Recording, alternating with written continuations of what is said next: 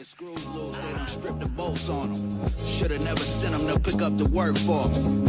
Sprayed the park and had my shit inside the car. Marcus Smart boy was shooting with a 36 on him. Said if he wasn't in the rush, they was all goners. Tech cursive on the Jets, he was gonna Sean John them. Welcome to another episode of Chuddy's Corner, sponsored by Nick Prano Real Estate. Check out nickprano.com for all your real estate needs. Big, small, local, global. Nick Prano Real Estate. He's got you covered. It is Tuesday, May 7th. It may have actually just ticked over to May 8th, but we're somewhere in that range. The Celtics played on May 7th, though. They win game one against the Cavs, 120-95. Jaylen Brown, the high scorer. Jaylen Brown, the high scorer for the Celtics. I think he had 32 points. This one was not the most competitive game or exciting game, I would say, outside of the fact that the Garden was rocking at a good playoff atmosphere, everything like that. With me, as always, King Chuddy. How you doing tonight, Chuddy? I'm doing well. I mean, second round playoff game, we're not going to get much more comfortable than that, so I'm going to enjoy it while we can. Yeah, that's a good point. I guess, it's fun. It's a good way to look at it, you know. We guess we could be a little bit more blessed. I was kind of like, this game was kind of like a little bit boring, but I'll take boring if that gets us a job done. When was the last time we had a stressless playoff game? Seriously. Yeah, that's probably true. I mean, even the blowouts with the Heat, there's always just like that voodoo in the background, so it's kind of nice. It's kind of nice going against somebody that you're not like constantly worried that like a wizard is going to appear and just like make your life living hell. Uncharted territory. Yeah, so it has been actually kind of a while since we've had a game like this. So, yeah, I am going to enjoy this. But again, like I said, the Celtics get a 120-95 win. Chuddy, what was kind of your big takeaways from this game? I mean, the team didn't look as locked in as they possibly could. But, again, as we said, this is a matchup that the Celtics really should dominate. The only time we lost in the regular season to the Cavs team was the Dean Wade masterclass comeback insane game when we really had nothing to play for. Let them come back. Dean Wade went complete full. The accountant. And Dean Wade did not play. He is not healthy. We'll see if he comes back. But as of now, even if he's back, I don't think that he's not exactly the difference maker. No. Yeah, absolutely not. But still, this was, I mean, it's a mismatch across the board. We talked about before the game, what is the chance the Cavaliers have? Basically, Donovan Mitchell going full. Yeah. Being like he had 33 points tonight. Yeah, so which is great, but how many shots? 33 on 12 for 25 shooting. 25, yeah, exactly. 33 points, 25 shots. That's, it's fine, but that's not going to kill us, especially when he's doing 4 for 11 from 3, too. Yeah, I feel like we will live with that. Like we said, he's going to have to score an efficient 40, 50 points to beat us, which like sounds crazy, but it's really not. And I think you saw that and tonight. I feel like he could do that. They could still lose. Right. It's not even guaranteed. Exactly. And in the first quarter, it was a close game, and they were getting open shots from Isaac Okoro, who hit a couple threes. Evan Mobley hit a 3. Marcus Morris hit a 3. And those are the things it's just like we saw in the first round. Joe Mazzulla has proven that he will live with sketchy shooters shooting shots. Mm-hmm. And it's like in the playoffs, you have to live with something. You really do. You can't take away everything. And if that's something that you're giving up, I mean, that's pretty good. You know what I mean? We'll totally live with that. And in the first quarter, like they were shooting. They were hitting shots in the first quarter, and it was a 6-point game. We had 40 points. They had 34. It's 40-34. You score 40 points a quarter in the second round of play. I mean, that's an absolutely outrageous number. The defense did definitely lock in. It started out a little bit sketchy there for that first. And that's what they're sketchy shooters making shots. Again, so it's almost everything going well for them, where I felt like we were like, I was annoyed, like, oh, really, this is going in? But 100% shots, everyone they put up, I was like, I'll happily live with that. They scored 34 points. We were still up 6. It's like, okay, that's basically the best quarter they can have offensively. They're not going to score more than 34 points in a quarter. And it didn't feel overly damaging. And we're winning by 6 points. So it's like, again, was tonight an overly impressive performance by the Celtics? No. And at the end of the day, I looked up and we won by 25 points. And it's like, yeah. that's kind of how I feel about the series. Yeah. I mean, that is. I mean, it's definitely like it's rough for Celtics podcast this series because again, there's not a whole lot. I mean, we're going to get into a little bit of some of the individual Celtics performances and stuff like that, but I do just think as a whole, like you're right, the Cavs. That was like maybe the worst defensively we could play against the Cavs team, and we end up still getting 40 points. So it's not like our offense was struggling too. And it's just kind of like if you're the Cavs, even there, they kind of came out. You can tell that they were feeling a little bit. They were kind of feeling it. I think Donovan Mitchell was coming out and kind of like, I think he kind of was coming out a little bit to prove, like there was a few times he was kind of like flexing a little bit towards the crowd early in the first. And so you could tell the Cavs, we were thinking about it. Maybe they're going to kind of waltz in there, sort of beat down from that Magic series. I do feel like they came out ready to play, but I think again, when you have a quarter for them, what you consider a pretty good quarter, 34 points against us, and you look up and you're still trailing by 6, and the very next quarter you get held to 15. I think it was 15 points. Yeah, I mean we only scored 19, but again, it held 15 points. You just realize like just how like much that defense can just kind of swallow you up. So it did just kind of seem like after that, this was just kind of the game. It was just kind of out to the races on this one. Didn't really ever feel like there was much of a threat to any like Celtics lead. No. So, this might be 4 games of us kind of having a similar conversation to open up the podcast, but overall, I mean, a win's a win. You got to get 16 wins to win the championship. This is win number 5. So, we're working our way up to it, and it's just, hopefully every one of these games is like this. But you got to wonder what the Cavs will kind of have in store for us in the next game. But would love to win in boring, shitty fashion. But I mean, you just said the first quarter we won 40-34. The second quarter we won 19-15, and that's playoff basketball. Unfortunately, like it's not always pretty, but to be able to win both those ways, and I know it's the Cavs. I know they're not a great team, but I think it's a larger point that this team is not like other teams where we can get in a shootout and be playing fast tempo, up in the pace, pushing up the court, and beat a team off the court, scoring-wise. Or we can get in the mud, grind a quarter out, and beat a team on a defensive battle. It is kind of funny how those first 2 quarters went. Like, it was just an absolute, like, night and day type of thing. Yeah. Almost like a different sport in a way.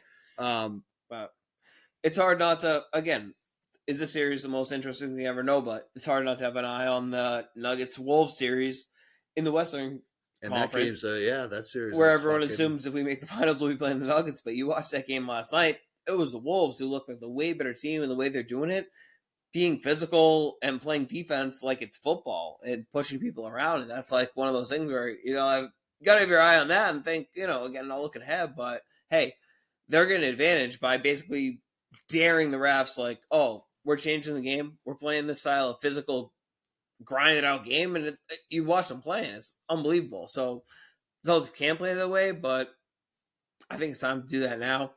Step it over. And again, the Cavs are so far from the ultimate goal, but we can't get complacent. Like, we're playing teams. We got to come out. Game 2 has to come out. Yeah, this still have to come out game 2. I would like to see even with a little bit more intensity because, again, they did a lot of points that first quarter. That's a 25-point win. Yeah, I know. Yeah, it was a 25-point win, but I would really like to see us come out and beat the shit out of them even more next round. So, or next game. So, don't wrestle on these laurels at all. I definitely want to come out and fucking beat them up even worse. I don't want them to serve. I'm like honestly not even. I'm not either, but it's hard not to. Like I want them to still come out and just like beat them worse than they did this game.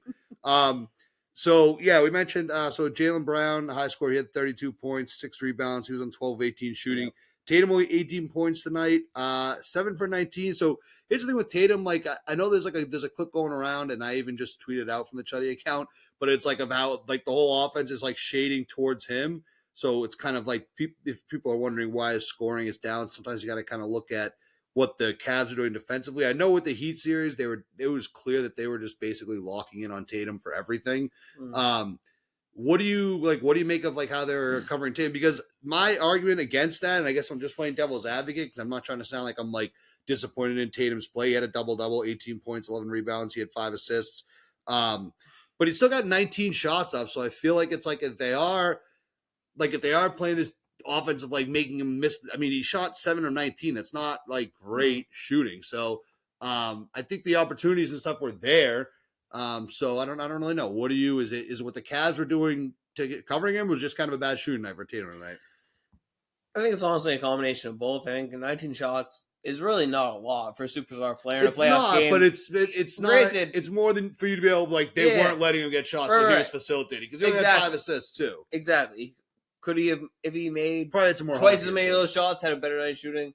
He's having a fine game. The offense helping score 120 points without him. And again, my key to the game was take advantage of mismatches and do the right move. And it was very clear from right out of the gate, Jaylen Brown had the mismatch. I said they don't have enough defenders to guard both the Jays. They have maybe the defense to guard one of them. Brown had a mismatch all night, and we went to him, and he scored all night. And again, it felt like we were up 12-2 as soon as the game started. And I know they probably tied the game up after that and went back and forth, whatever. But it really, it didn't feel like, it almost felt like we came out, got a double-digit lead in the first minute or two, and it was kind of over.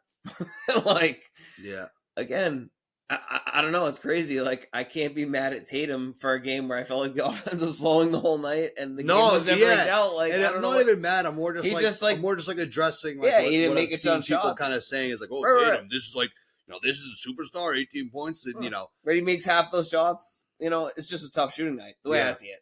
So it goes 10-19. Same exact game, and it's like, whatever. We beat a team. Win the second round playoff game by 30 points. That was never felt close for 1 second.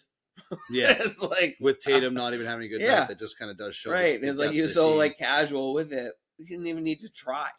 Yeah. I mean, it's crazy. Yeah. Derrick White cut the rolling. He was 7 for 12 from 3. Making 7 threes in a game just as like nonchalantly as he does. It's pretty crazy. Like, I think for like a while, like kind of like, the way he shot the 3, it's like I almost feel like just as good about him when he lines up those threes to shoot it. I did like in like the old like Ray Allen years. Like I know it's a little bit different because Ray Allen was a lot more of like the catch and shoot and stuff like that. But it is just pretty impressive just how kind of when he's on, how just automatic it is. And again, to shoot, and it's like you shoot 7 of 12, and it's like I didn't even feel like at any point he was like hogging or like just like overshoot. Like it felt like it was all within the flow of the game, but to get up that many shots and to hit that many, just another really impressive night at Derrick White. So we talked a lot about how the first few games of that Miami series, we kind of felt like he was sleepwalking. He is awake. He is awake. He's got multiple cups of coffee going. He is up and ready to go. So what do you think about Derrick White? I mean, again, I think it's like we said, the Celtics have the luxury of having 5 studs in the starting lineup. You can't match up with all 5. Even with Porzingis out. Tonight, it was Jaylen and White went off. And it's like, if you're the other team, you go in a locker room and like, we did a pretty good job on Jaylen Brown. We did a good job on Jayson Tatum. We did a good job on Al Horford. We did a good job on Joel. And you'd be like, oh, that's pretty good. Must have been a good night, Oh, but Derrick White and Jaylen Brown went off. It's like, pick your poison. We said all year, you're not going to shut down everyone. And it's up to our guys who have the right matchups to expose those matchups, make the plays, and make shots. And Jaylen and Derrick did that all game until, it was a blowout. And when they shoot with the threes falling like too. that. Pritchard, absolutely. But, I mean, in terms of the guys who were starting, like, we saw where the pressure points were and went after it over and over again and again. The Cavs, fine team, whatever, but they're always going to have at least 1 or 2 guys in there who are real weaknesses on the defensive end. And as long as we have the discipline to keep going at those guys and not caring who we're really getting our offense through, again, if Tatum wants to score 15, 20 points, that's fine. If we're exposing a mismatch every single play and winning the game by And to Tatum's credit, that's what he said after the game, too. He was kind of asked about his night. He's just like, I'm sick of him having to answer 25 points. Yeah, it's just kind of like, it's ridiculous. I don't know. I mean, because it's like that really, I feel like the whole line of thinking is just kind of from this, like, it's every game. Just like, well, no, I know. I'm saying like the whole line of thinking where people are like, oh, well, it's like, it's come from this sort of like Twitterization. And don't get me wrong, I love Twitter. I'm online way too much. But like, it kind of comes this like Twitterization of like the sport where it's just kind of just like on every night, it's like, well, my guy that I like had a better style than your guy. So it's just kind of this, like, he has to have this. And like people, Tatum getting all these kind of accolades. I think people who know basketball just sort of know what he's capable of. And I think he, most importantly, knows what he's capable of and also just knows what the whole team is capable of. So it's kind of to his credit the way he handles, nights like this where, again, some superstars could find themselves like really annoyed at having like this kind of night. And again, he got 19 shots up, so it wasn't like he was like taken out of not involved in the offense and not involved in the game at all. But I just think, just to be saying the right things, and just be focused on the most important thing, which again is just getting those 16 more wins. That's all we need. Now it's down to just 11 more wins. It's a 25-point win. And again, if I think any Celtics fan would accept Tatum averaging 15 points throughout the playoffs, if it meant that it ends with the ultimate goal, which is winning a championship. So for anyone who's kind of like getting a little bit down on Tatum, just like step away from the computer for like just a few minutes. Doesn't have to be too long, because I'm not going to tell you to do something that I'm not going to do myself. But just kind of like just understand what the bigger goal is, and just understand that it's it seems like everybody on the roster is sort of okay with this kind of way of doing it, and it shows because you see the night that Jaylen and Derrick White have, like you said, because of what happened. I even think that you mentioned Drew Holiday. He still had 16 points. It was kind of nice to see Drew Holiday get himself involved, get himself going on offense. Actually, I think I might have been looking at Peyton Pritchard when I said 16. He had 14 points. Drew Holiday had 14. Peyton Pritchard had 16 points. So, there's plenty of like distribution of the wealth right now on the team. It's just a pretty awesome sight to see. And again, there's not a whole lot I don't think we can really pull out of this game. I mean, we could sit here and try to find just things to sort of go on about, but I just think we're just better, and these games should just always go like this. And it really doesn't matter who it is that ends up with the highest scoring, whatever in the Celtics. I think that no matter what, we're just going to be in a position where we should be winning these games by a lot. I know I said 5 games. I still maybe stick by 5. Maybe they can steal one, but I mean, even after tonight, I don't really know where it comes from for the Cats. They're going to have some serious like help in order to get that one game that I thought they might get. Yeah. So this was pretty much just an onslaught. It is, and I mean that's the benefit of us being the best team all year, drawing the best seed and getting the best matchup. Like, that's another thing too. Anyone who's complaining about that, we earned this fucking easy ass matchup again. It looks so easy because we're so fucking much better than them because we're really good. Yeah. Like they're okay. It's not like they're bad. We're just sick. Yeah. Right. Yeah. Honestly, you guys, like if we weren't around, like you guys would probably be pretty sick. They're fine. It's not like they're like an awful 4 seed. Yeah. This is like standard, whereas unreal 1 seed and they're a decent 4 seed and we're way better. Mm-hmm. So again, they played fine, but this is the benefit of having that 6 team. And again, we keep talking about Tatum, but like we've said all year, that's what we want to play. Ask any Celtics fan. It's like Tatum fandom is, and again, it's not that they're like Tatum stands or whatever, this, that, but people who are comparing the look at, Tatum scored, 20 points and his team won. He's carried super team, all this bullshit. Yeah. But it's like, ask any Celtics fan, and they've seen the way the Celtics are the best is when Tatum plays, to draw the defense, to be unselfish, to make the right play every single time, because the defense will always shade him. And if the second they stop doing that, he will dominate because he is fucking awesome. Mm-hmm. And if they don't give him that respect, he will absolutely smoke them. Team do that, but if they do overcommit, he's reached the point where he has realized he's scored 50 points in a game 7. He's come back from down 3-2 multiple series. He's scored all these accolades for the player under X amount of ages who's done X amount of things. Like, he has all of that. And I think he's realized none of that shit matters. Literally, the only way people respect you is if you win. Yeah. And that's all anyone's ever wanted, and he has done all the right things to do that. And it's funny, he'll go out there and they'll win a game by 30 fucking points in the playoffs, and people will be like, well, he only scored 16 points. It's just like, what the fuck? It's a good point. Like, he's done pretty much all. Like, what do you want? There's all those different stats where you're like, the only other players do this are Kobe, LeBron, and like KD. Right. And so he has all that. And again, you're right. People it just comes down to winning. So hopefully this all ends the ultimate goal. And if it does, then who gives a fuck what his stat line was throughout the whole thing? That's the whole point. There'll be it's just, I think it's definitely just a being online too much thing for. He can't win. Yeah. He really can't win. But, all right. Do you have anything else on this game, or do you want to kind of get into some of the other playoff matchups? No, I just want to keep seeing this. I mean, it's a good challenge for the Celtics in that they're playing, obviously, a good team, but a team they should very clearly beat. Yeah. what we've said all year, the theme of the year, don't play with your food, no dicking around. There's no excuse not to win this series in 4 games. Like, take care of business, play well. If they get hot, they get hot. We should still be able to win a game against the Cavaliers where they get hot. Like, we're so much better than them. Yeah. I don't know. Yeah. If the series were to drag out to like 6, that would be so frustrating.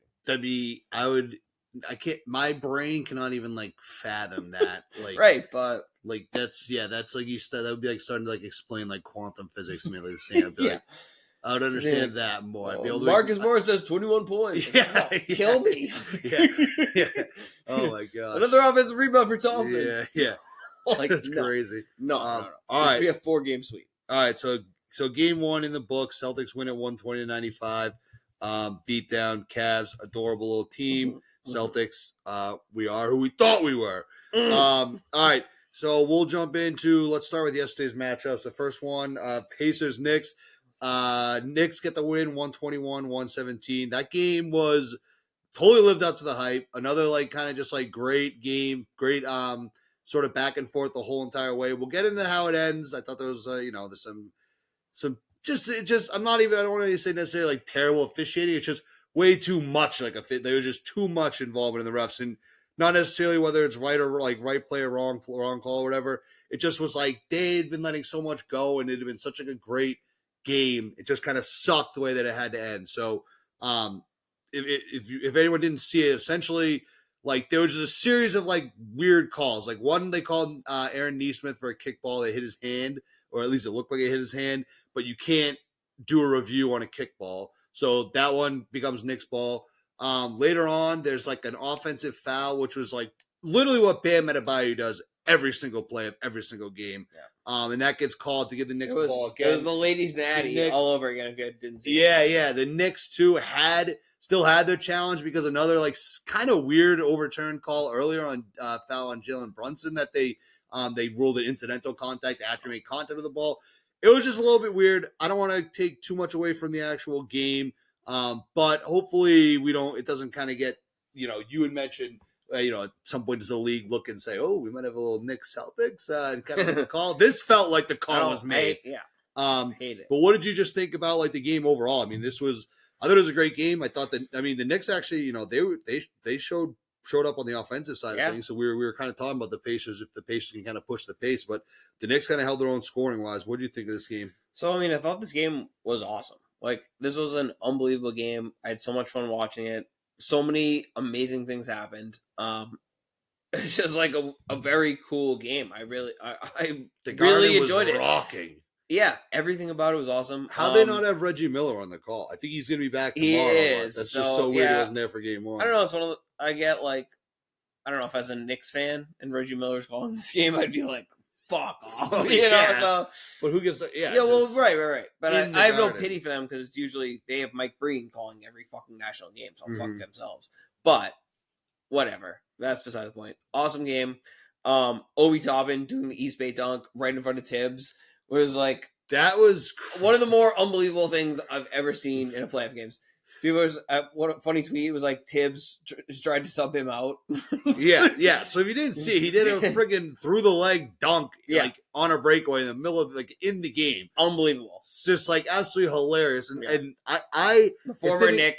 I was gonna say it didn't click to me when he first did it, well, but then it's like, oh wait, the Knicks traded him away. Like that's so Tibbs' blood may have never boiled more. Like it was unbelievable. Well, I saw it too. Didn't he try that in another game recently too? Oh yeah. And it wasn't successful. No. That to me, that makes the move even crazier. That he going. Yeah. Imagine if you do that twice. Like Carlisle would just be out to be like, I had to cut you. Now. I can't think of more like momentous play like 2 after they went like got up by 9 right after that. I feel like you missed that. The Garden would have been my god, unbelievable. Like he would have been getting roasted. Momentous play imaginable. That would have been like a scene from like those but old it worked like, out. scenes, the Apollo. It was awesome. Again, absolutely amazing. And then I just hate talking about the refs. That shit absolutely sucks. But it was fucking shitty. Like, what a shitty way to. And like I said, it's like none of the calls were necessarily like the kick was just clearly a missed call. The kick was fucked. Yeah, it was a bad call. I don't know why you can't. I don't know why Secaucus. No reason you can't review that. Even if it's not a coach. But the Pacers won a review the play before that on a similar call, and both of them would have been a fast break layup. So they lost 2 fast break layups. The Knicks got it and made a 3, obviously DiVincenzo. And it's just like, that all sucks so bad. But, I mean, I want to take the positive route and be like, I know the Pacers lost, and this was like a crushing loss, but they dictated the pace of this game. They got this game the way they wanted to play. They sped it up. Crazy game. They ran the Knicks ragged. I think Carlisle believes if they can keep that up, the law of averages will play out, and they will win this series. Over time, they will eventually wear them down, and by the end of game 5, 6, whatever it'll be, the Knicks will be dead, and this style will win out. So I think he's honestly happy to lose. Not happy to lose, but I think he's like, we won the game. We won the stylistic game. We got into the game in the 120s. Yeah. They're fucking playing their all dudes 45 minutes. They can't keep this up. We played 10 guys. They barely won. And the Knicks shot 50% on threes. Like, they hit all their shots. Kind of things went good for them. I think Rick Carlisle is sitting there being like, if we keep playing like this. Josh Hart played 48 minutes. That's the whole game. He plays 48 minutes every game. Really? Oh, That's fucking crazy. Yeah. But it can't last forever. That's what I'm saying. No. It's one thing as a Sixers when they crawl up the court. The Pacers get the ball out of the hoop and throw it up. And that's one of the things, too, where we talk about, why did the Knicks beat the Sixers?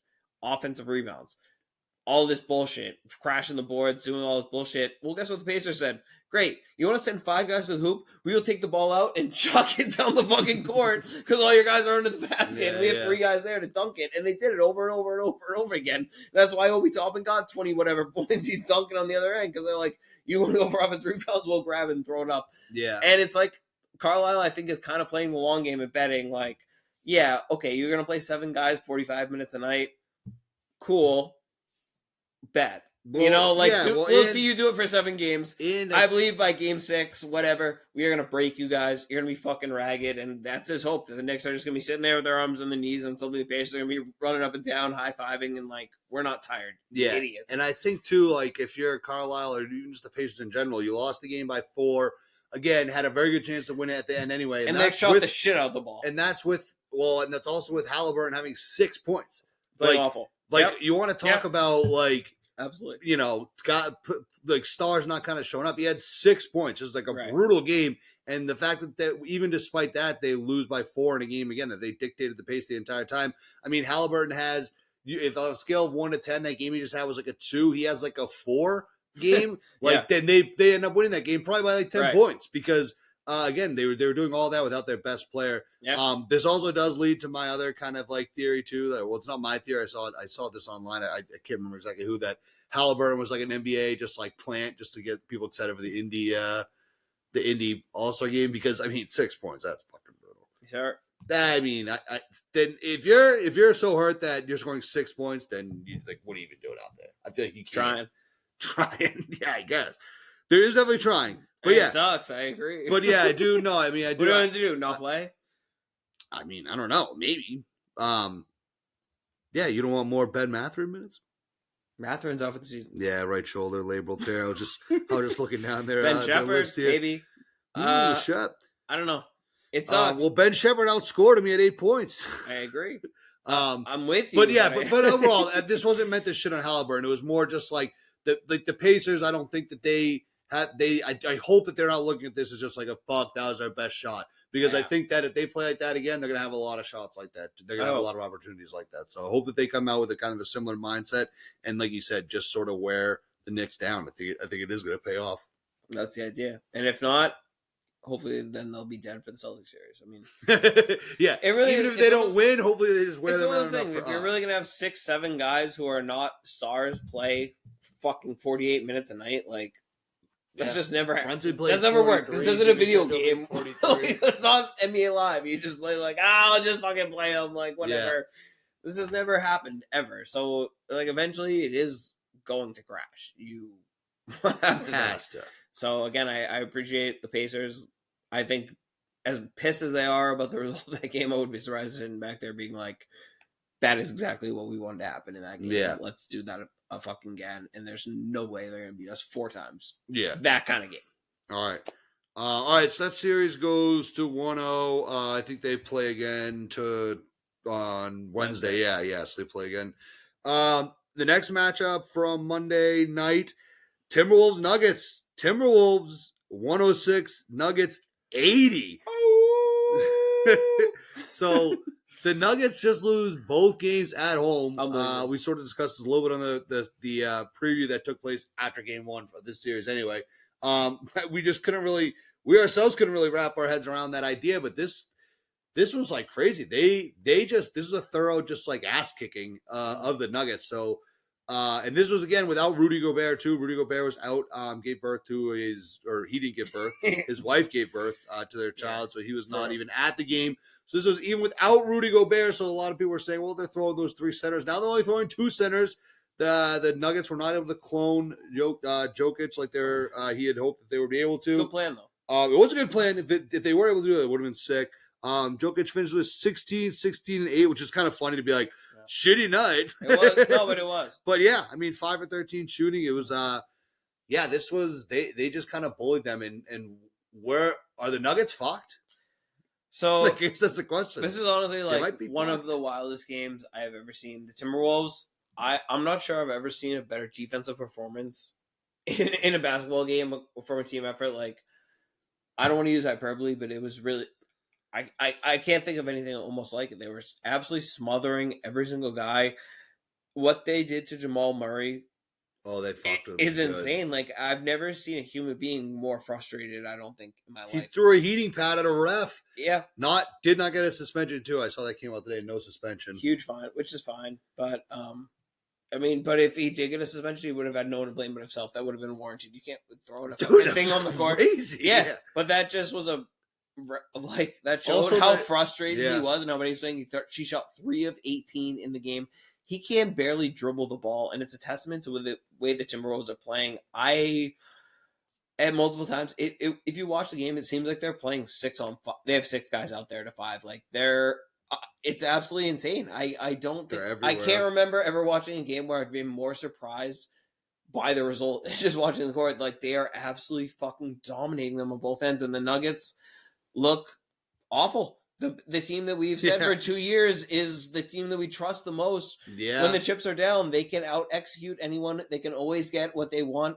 They can't get anything. They can barely dribble the ball. They are not getting clean shots. They're getting turnovers. They're getting shot clock violations. It's jarring. It's like weird. It's absolutely jarring. It's almost like a Monstar situation. It's really crazy, and it's just the Timberwolves have fucking upped the ante and are playing on an unbelievable level. Like that's one of those things that staggering. It really is things that you can do it and you can work in game 1. You can try doing game 2, and like it can end up backfiring, but it didn't at all. It was like they came out with, I'd say, even more defensive intensity in game 1.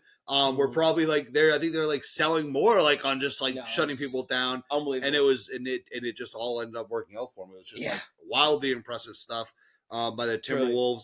And Karl Anthony Towns, hats off. I have been a Towns hater, not a hater, but a skeptic, I'll say. Yeah. And he has been absolutely incredible this season and in this playoffs. They took it to the Suns, a team that, we've made fun of, whatever, but that's a team with 3 bona fide superstars and a team that fancy themselves a title contender. They went in and snatched their souls and embarrassed them. And we're like, we're not fucking around. We smoke you 4 times in a row. And now to come into Denver, 2 games in Denver, do the same thing. And I mean, game 2 in Denver without Gobert. Wait, did they beat them 4 times in the regular season? The Wolves? What did you just say? No. We're going to They just swept the Suns in round 1. I'm saying 4-0. Oh, okay. But like a series that the Suns were favored to win, which is crazy. But again, they were like, we're not leaving any doubt. They banged them out 4 times in a row. Yeah. Moved on to the second round. Pause. And again, playing the Nuggets, a team that everyone was like, this is going to be a good matchup. But they're like, no, we are fucking smoking you. Yeah. Win 2 games like that. And again, the second game last night without Gobert. Was even more impressive. I think everyone went to the last night thinking, all right, they already got one on the road. Mm-hmm. They did what they had to do. They don't have the DPOY. That's fine. Like, good for them. And they were like, no. Absolutely not. Yeah, and again, we're going to do the same shit. Shout out Karl Anthony Towns. I literally didn't think he had that in him. And I'm like, straight up tip of the cap. You impressed me and did something I did not think you could do. especially on defense. Yeah. And like, again, if he's going to play like that, I have to completely reassess this whole team and what they're capable of. Because damn. What did you think of Malone, the Nuggets coach? At one point, I think it was like 5 minutes into the game, was screaming in the ref's face. It's funny because I think he was trying to get attacked. I think he wanted the tech for I'm going to get attacked to fire on my team. And they're like, no, we're not giving you tech. And the ref that he was screaming at is the only ref to ever eject Brad Stevens too. So it's like Mark Davis is a dumbass. Yeah, so that's just like it's kind of really opposite ends of the spectrum there. Yeah. But whatever, it was like a classic Nuggets. That was Malone. I'm going to try this. I'm going to try that. They both had all the stops. It didn't matter. Timberwolves beat the shit out of them. Yeah. So and in a way can the Nuggets come back? Absolutely. All right, so we're not declaring the Nuggets dead. We're not declaring them like as bad as this looks, and it looks so bad. But we always say this: one playoff game is one playoff game. Even I know they won the 2 at home. I know it's a 1% historical chance, but like at the end of the day, the history doesn't matter. You look at this matchup. Celtics did it, right? Against the Bulls, yeah. But this is a little bit different, yeah. It is, but still, even without the home court advantage, you tell me going into Game 3, the Nuggets like. It's about a 50-50 game, I would say. Whatever we've seen, you're telling me the Nuggets can't go out and win a game, and then if they win, it's 2-1. Suddenly, the pressure's all on the Wolves, and then it's basically one game, and then the Nuggets have home court back. Like so, it seems bad. It seems over, but the Nuggets focus, and they don't play again until Friday. 3 days off. It's like basically a week off to reassess, look in the mirror, all this shit, and like all they got to do is come out, win a game, when Again, if you just told me, like, can the Nuggets win 2 games against the Timberwolves on the road? Right, yeah. Of course. Yeah. So they're not dead yet, but they need to figure it out. But they're on the verge of death. Fast. They're on the verge of extreme death. Yeah. And last night was a haymaker. It was an absolute haymaker, and they're staggered. They're up against the ropes. They're staggered. But if there's any team that will give the benefit of the doubt to and say, can they pick themselves back up off the ropes and fight back? Yeah. It is the Nuggets. So. All right. I'm refusing to not give them the benefit of the doubt. As like defending chance based on last night.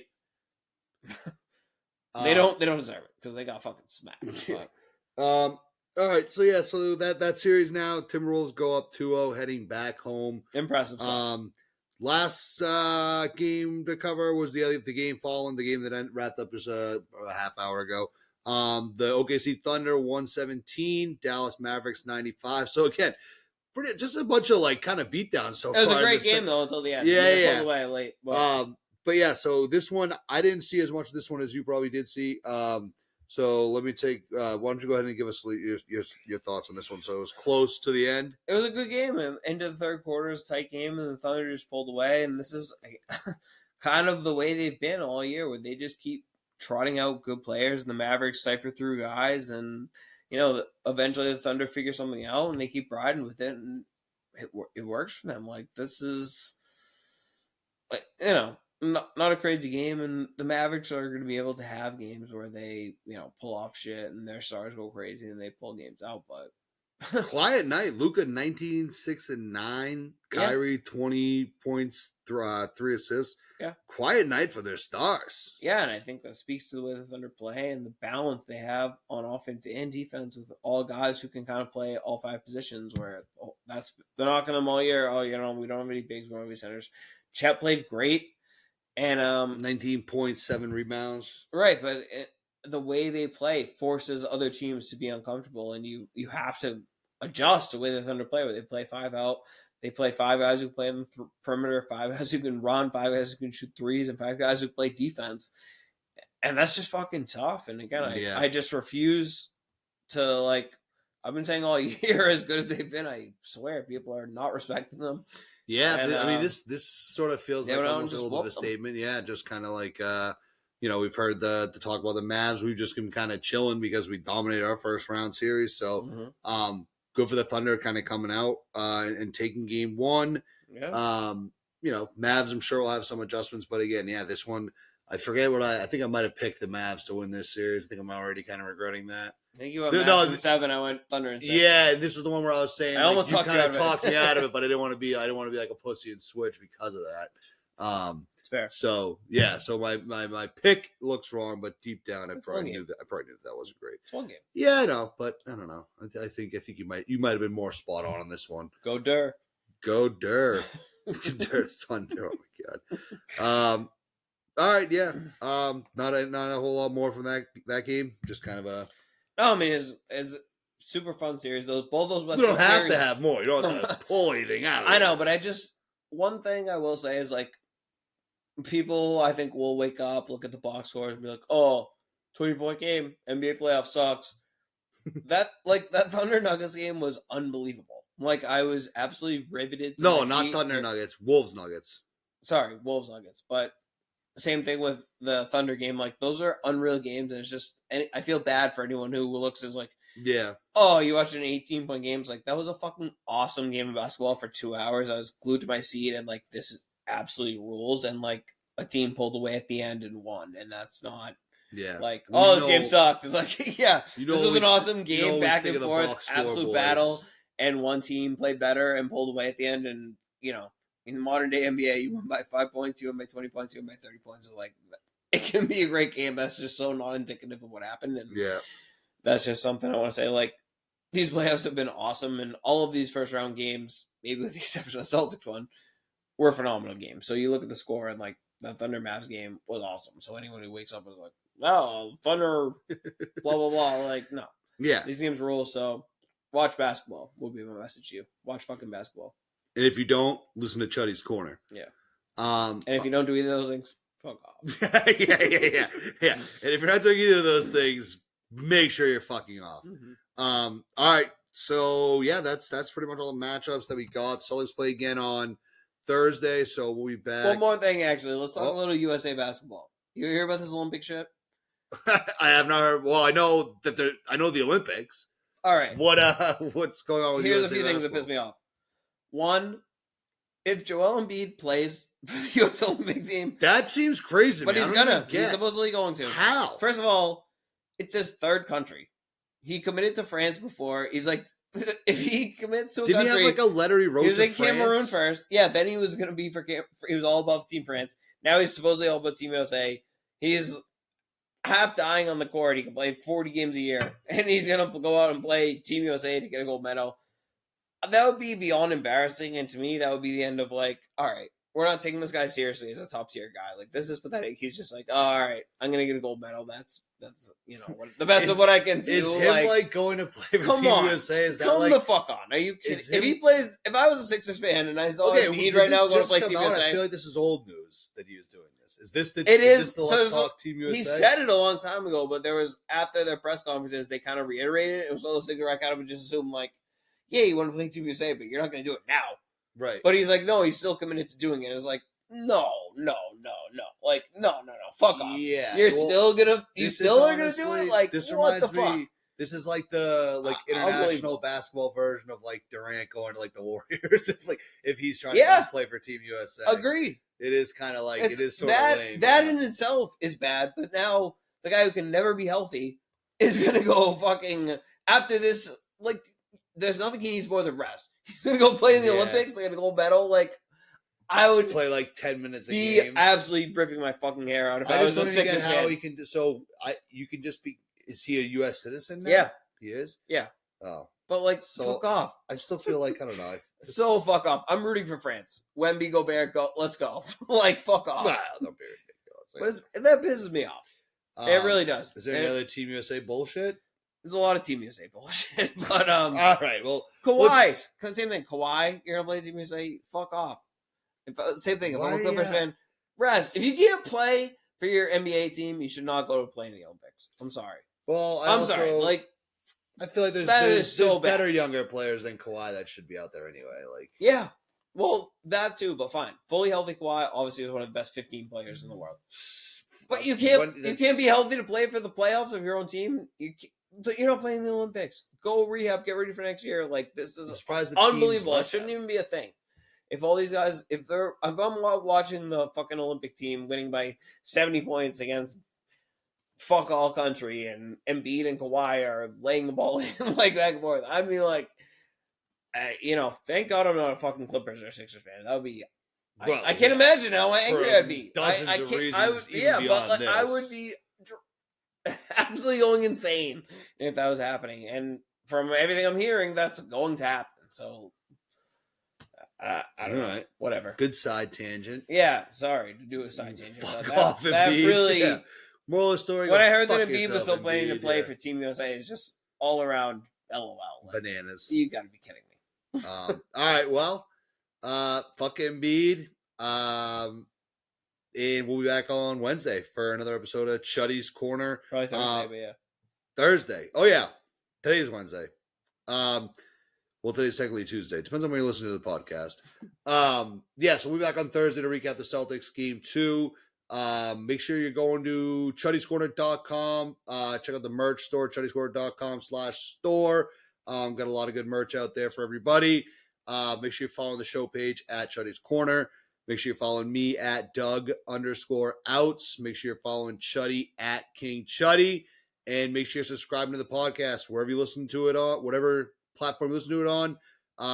Subscribe on there. Go on to another platform you don't listen to it on. Subscribe on there too. We'll see everyone back here on Thursday, all right? Take care, Chuddy. Peace out, Chuddy.